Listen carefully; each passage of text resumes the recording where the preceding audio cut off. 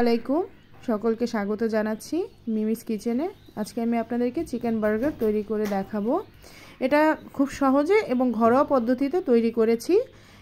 এখানে চিজ দিয়ে এবং চিজ ছাড়া দুইভাবেই আমি তৈরি করেছি। চলুন প্রস্তুত প্রণালীটি দেখে নেওয়া যাক। একটি বোলে আমি চিকেনের টুকরোগুলো নিয়ে নিচ্ছি। আমি এখানে 5 পিস বোনলেস চিকেন ইউজ করেছি। আপনারা চাইলে বোন সহ করতে পারেন। দেখুন এগুলোতে আমি কাঁটা চামচ দিয়ে খুব ভালোভাবে কেচে নিচ্ছি, যাতে করে এটা ম্যারিনেট করলে মশলাটা এর ভেতর খুব ভালোভাবে ঢুকে যায়। ম্যারিনেটের পর্বে চলে আসলাম। আমি আদা রসুন বাটা দিয়ে দিলাম 1 টেবিল চামচ পরিমাণে এবং পেঁয়াজ বাটা দিয়েছি 1 টেবিল চামচ পরিমাণ। এবার দিয়ে দিচ্ছি হলুদের গুঁড়ো, মরিচের গুঁড়ো, গরম মশলা এবং জিরের গুঁড়ো। এবার এখানে আমি সবই 1 চামচ করে নিয়েছি, 1 চা চামচ পরিমাণে। এবার টমেটো সস এবং সয়া সস নিয়ে নিলাম 1 টেবিল চামচ করে। নিয়ে নিচ্ছি সামান্য লবণ। এবার এগুলোকে খুব ভালোভাবে ম্যারিনেট করে নিতে হবে। এবার কোটিংয়ের প্রস্তুতি নিচ্ছি।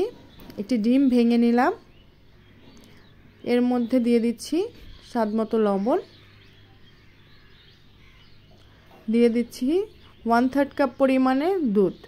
এখানে আমি লিকুইড গরুর দুধটা ব্যবহার করেছি।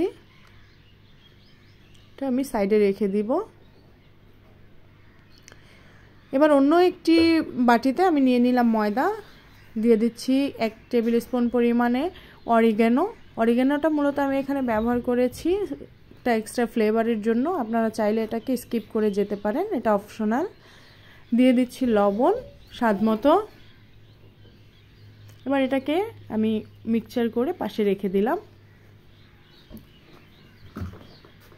এবার কোটিংয়ের পালা। আমি 1 পিস ম্যারিনেট করা চিকেন প্রথমে ময়দায় গড়িয়ে নিচ্ছি। ময়দা গড়ান খুব ভালোভাবে চেপে চেপে আমি ময়দাটা মাখিয়ে নিচ্ছি, যেন খুব ভালোভাবে লেগে যায় চিকেনের সাথে। এরপরে আমি এটাকে ডিম দুধের মিশ্রণে নিয়ে নিচ্ছি। ডিম দুধ দিয়ে মাখানোর পরে আমি এটাকে নিয়ে নিলাম ব্রেড ক্রামের ভেতর। ব্রেড ক্রামটা আমি খুব ভালোভাবে মেশাবো, একদম চেপে চেপে, যেন আলগা না থাকে।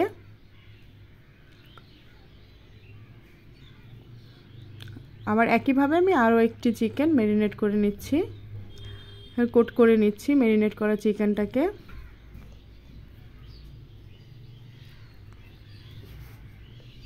দেখুন খুব ভালোভাবে চেপে চেপে আমি ম্যারিনেট করব।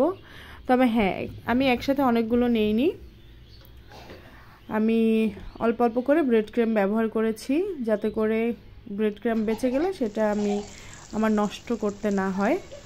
যাই হোক, এবার আমি ভেজে নিচ্ছি। দেখুন একটু ফ্রাই প্যানে। এটা মিডিয়াম হিটে রান্না করতে হবে মূলত, তা না হলে ওপাশটা পুড়ে যেতে পারে।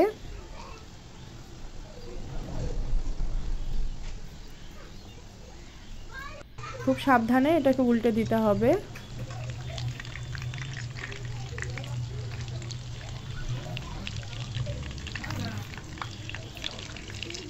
তবে খেয়াল রাখতে হবে 1 পিস বেশিক্ষণ সময় ধরে ভাজা যাবে না, কিছুক্ষণ পর পর এটাকে উল্টে দিতে হবে যেন এটা পুড়ে না যায়। যাই হোক, দেখুন মিডিয়াম হিটে আমি ভেজে নিয়েছি এখানে 3 পিস। এবার চিকেন বার্গার তৈরির পালা।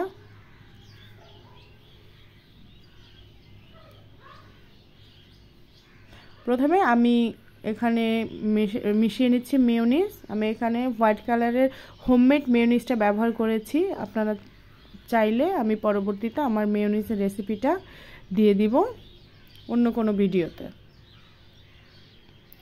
দিয়ে দিচ্ছি একটি লেটুস পাতা দিয়ে দিলাম। লেটুস পাতা দেওয়া হয়ে গেলে আমি এর উপরে দিয়ে দিচ্ছি আমার ভেজে রাখা চিকেন পিসটা। আবার একটু মেয়োনিজ মাখিয়ে নিচ্ছি।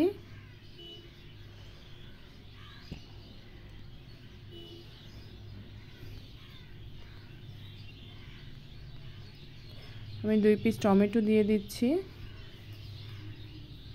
দিয়ে দিচ্ছি 1 পিস শসা। এবার আমি অন্য যে পাশটা রয়ে গেছে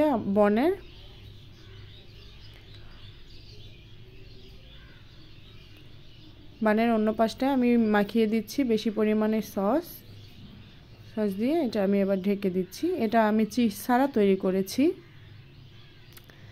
দিয়ে দিলাম একটি কাঠি, এটা আমি শাসলিকের কাঠিটা ব্যবহার করেছি। দেখুন তৈরি হয়ে গেল আমার চিকেন বার্গার উইদাউট চিজ। দেখুন এটা দেখতে কতটা আকর্ষণীয় হয়েছে এবং সত্যিকার অর্থে এটা খেতে খুবই সুস্বাদু এবং মজাদার হয়েছিল। এবার আমি চিকেন বার্গার তৈরি করব চিজ দিয়ে। আমি বানটাকে কেটে 2 টুকরো করে নিয়েছি। এবার এক পাশে আমি মেয়োনিজ লাগিয়ে নিচ্ছি, অর্থাৎ সেম প্রসেসে আমি পরবর্তী যে বার্গারটা সেটা রেডি করছি।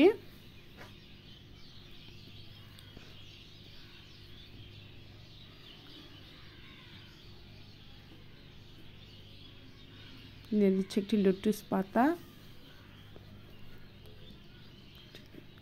একটি ভেজে রাখা চিকেন,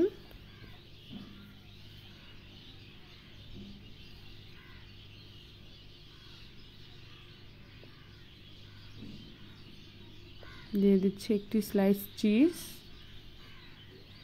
এখানে আমি গুড লাইফের স্লাইস চিজটা ব্যবহার করেছি।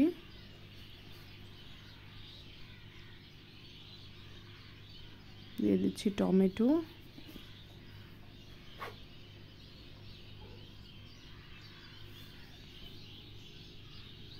দুই পিস শসা।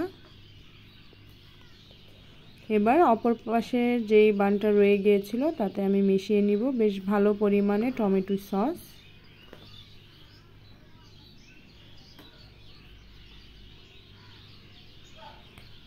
বার্গারে আসলে মেয়োনিজ এবং সসের পরিমাণটা বেশি হলে খেতে অনেক বেশি দারুণ লাগে। এবার এটাকে আমি ঢেকে দিচ্ছি, দিয়ে দিচ্ছি একটি কাঠি। দেখুন তৈরি হয়ে গেল আমার cheese burger, chicken cheese burger. দেখুন আপনাদেরকে আমি তুলে দেখাচ্ছি কতটা ইয়ামি এবং লোভনীয় হয়েছে।